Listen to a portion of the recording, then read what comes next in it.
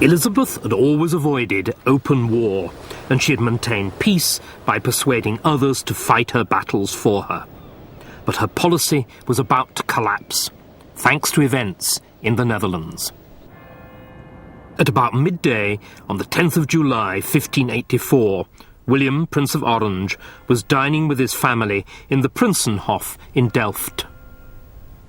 William had already survived several attempts on his life, so by 16th century standards, the security around him was tight, and here in his own house at least, he should have been relatively safe. At about 2 o'clock, William left the dining room to go upstairs to his study. He was going to meet a recent contact. The man had introduced himself as Balthazar Gerard, a French Protestant, and William had decided to send him to France with letters. He'd given him money to buy clothes for the journey. Balthazar Gerard wasn't a Protestant at all. It wasn't even his real name. Instead, he was an undercover Catholic fanatic, and he'd spent William's money not on clothes, but on pistols. He fired 3 shots at the prince. 2 bullets passed through William's body and lodged in the wall. The prince died a few minutes later, uttering as his last words, "God have mercy on my soul and on my poor country." His death was appalling news for Elizabeth. It left her as the only Protestant leader in Europe. Spain could overrun the whole of the Netherlands and then invade England. There was no one left to fight England's battles for her. Elizabeth had no choice. She finally had to send English troops overseas.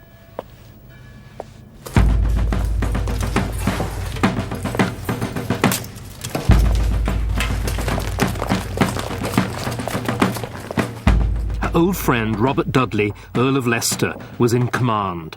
But still, Elizabeth was wary of declaring all-out war.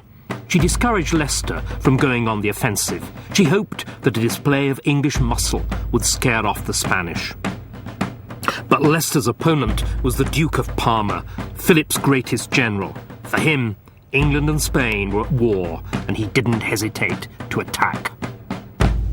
The war put Elizabeth under huge strain.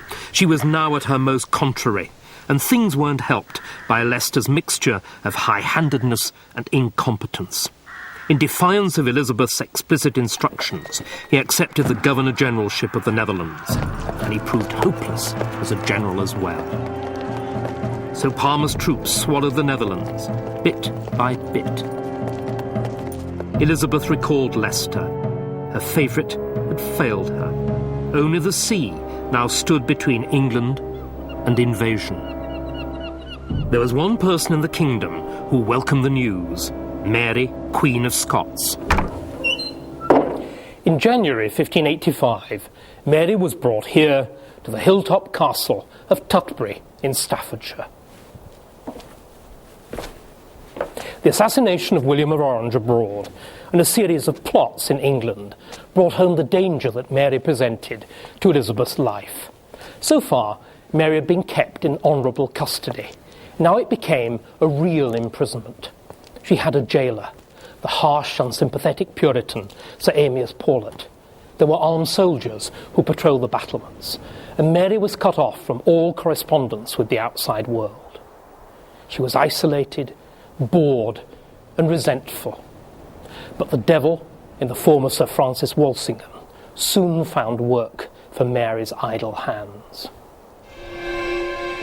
Elizabeth's patient spymaster set a trap and then waited for Mary to walk into it. The servant offered to smuggle Mary's letters in a beer barrel from a local brewery. But the servant and the brewer were in Walsingham's pay. Every letter she sent or received was intercepted and decoded by Walsingham's private secretary, Thomas Phillips.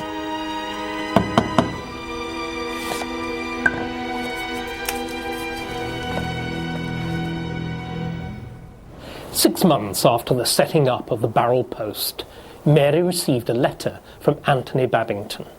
Babington came from a rich Derbyshire family. He was young, Catholic, and idealistic, and he'd just organised a plot to assassinate Elizabeth. Babington saw the murder in terms of high heroics.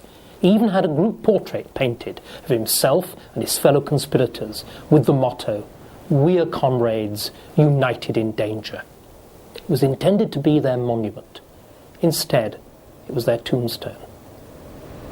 Anthony became involved in the plot against Elizabeth mainly due to his connections with Mary, Queen of Scots, while she was imprisoned early on in her life and while he was a young page in her service. We can only believe that he had a crush on her and was infatuated by her, and if not besotted, which carried on for most of his life and her life. Anthony was politically naive. He was very impressionable, and he was used by conspirators who had much stronger beliefs than he had on the wider European front.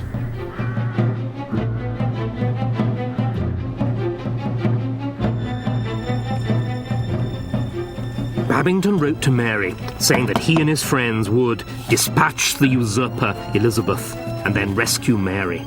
The Spanish would invade, and Mary would take the English throne.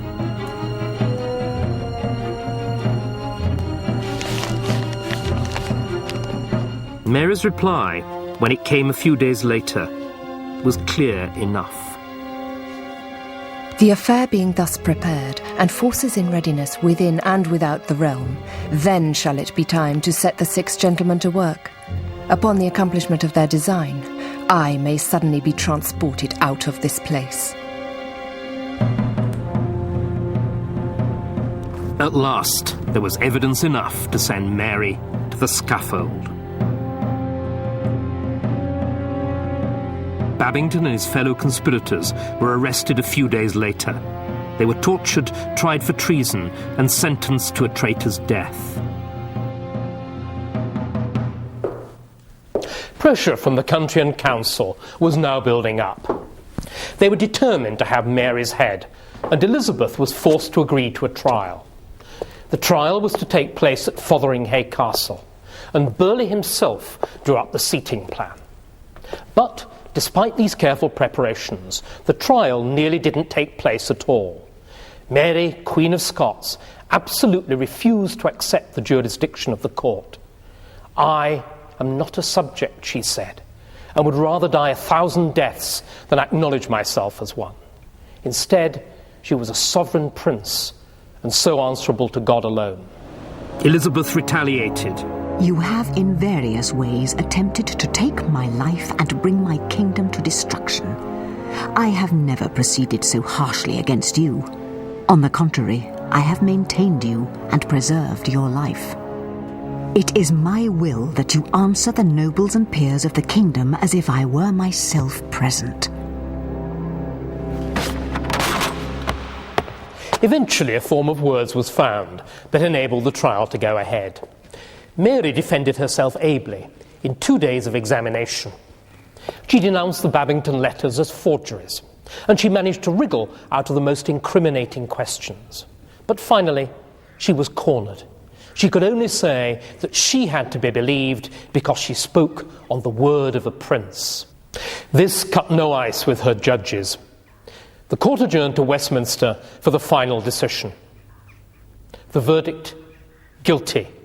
The sentence, death. Elizabeth now had to decide Mary's fate. The two queens had never met, although Mary had been Elizabeth's prisoner for 20 years. Yet Elizabeth agonized over the decision. She was reluctant to execute Mary because she too was a member of the royal club. Cutting her head off might set a very unwelcome precedent. Elizabeth asked Mary's jailer, Sir Amyas Paulet, to assassinate her by poison or suffocation, so that the Queen would not have to take responsibility for her death. Paulet refused.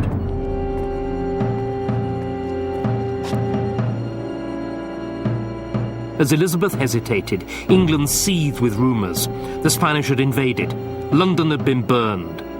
Finally, on the 1st of February 1587, Elizabeth signed the death warrant. 7 days later, the sentence was carried out in the Great Hall of Fotheringhay Castle.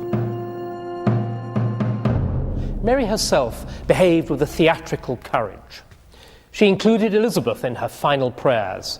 Then her ladies removed her outer clothes to reveal a petticoat of scarlet, the Catholic colour of martyrdom. She knelt at the block, but the executioner bodged his task, and he took 2 strokes of the axe to remove her head. Still worse, when he tried to hold up the head, he found himself clutching only a wig, whilst the head, with its thin greying stubble, rolled at his feet.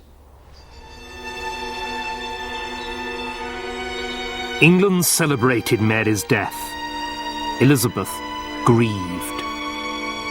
Her countenance changed. Her words faltered.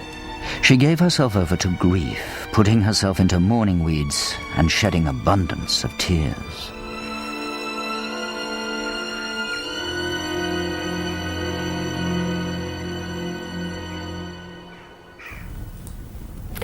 What a performance! It was even more complex and self-contradictory than Elizabeth's usual behaviour. Some of those tears were real. Elizabeth had been profoundly reluctant to execute Mary, and when the deed was actually done, she was horrified. But there were also tears of rage. She strongly suspected that she'd been jumped into the action by the council. They'd met secretly and decided not to tell her that the warrant had been dispatched to Fotheringhay. That's why she tore strips off her ministers and Secretary William Davison in particular, who'd actually dispatched the warrant. He was imprisoned, fined, and even threatened with hanging. But finally, they were crocodile tears as well. By exaggerating her grief and scapegoating Davison, Elizabeth was trying to deflect responsibility from where it really and finally lay, with her.